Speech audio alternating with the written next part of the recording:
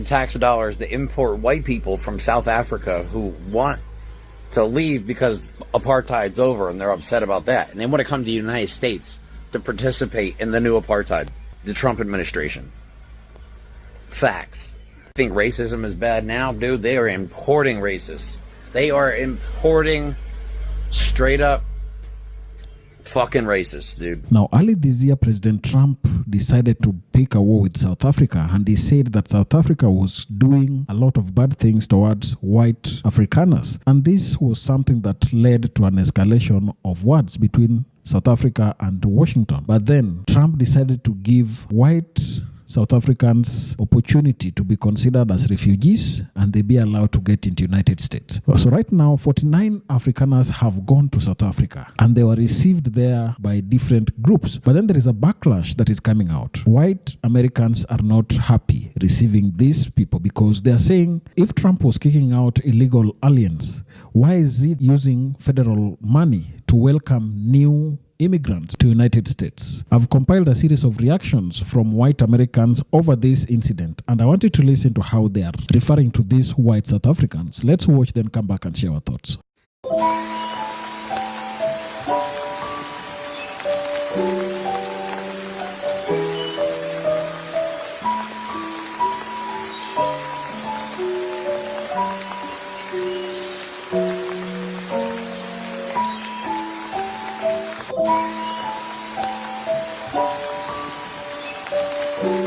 This video is for the white Afrikaners who are coming to the United States. I think you've already landed here. And I know that some of the folks who met you at the airport told you, welcome, we're so glad you're here. Most of us aren't glad you're here, okay?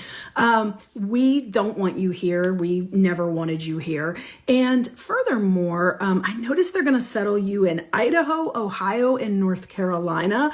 I will tell you they're not our finest states, so they're a good fit for you. I understand that many of you are farmers, and I've seen a lot of people say, oh, that's great, we need more farmers. Sorry to say we don't. We actually need farm workers because we've deported most of them. So if you can, put your picking hat on and think about, picking produce, that's largely probably what you're going to be doing here because I hear you don't have a lot of skills. I would also say that you're not going to have to hold just one job, but probably 2 or 3 to make up for your quality of life that you had back in South Africa. There'll be no servants working for $2 a day. There's none of that here. So you're the servant who's working for $2 a day. So enjoy that. You're gonna have to pay for your health care, and ordinarily, because you're a refugee who's being discriminated against, you would go on Medicaid. But guess what? The Republicans just cut Medicaid. So I don't think you're going to have that option for healthcare. So maybe you'll do without. I don't know. And honestly, I don't care. I did notice that the Episcopalian Church had a program with the government where they would, excuse me, they would resettle and help, refugees resettle. They find you all to be so onerous, they terminated the partnership with the government and they said, yeah, we won't be resettling those folks. Other things that you need to know about. While we are 58% white here in the United States, that's not going to last much longer. Within the next couple of years, we're going to be the minority, which will be fun for you because that's what you're used to. Interestingly enough, we have a ton of Latinos. We're the 2nd largest Spanish-speaking country in the world.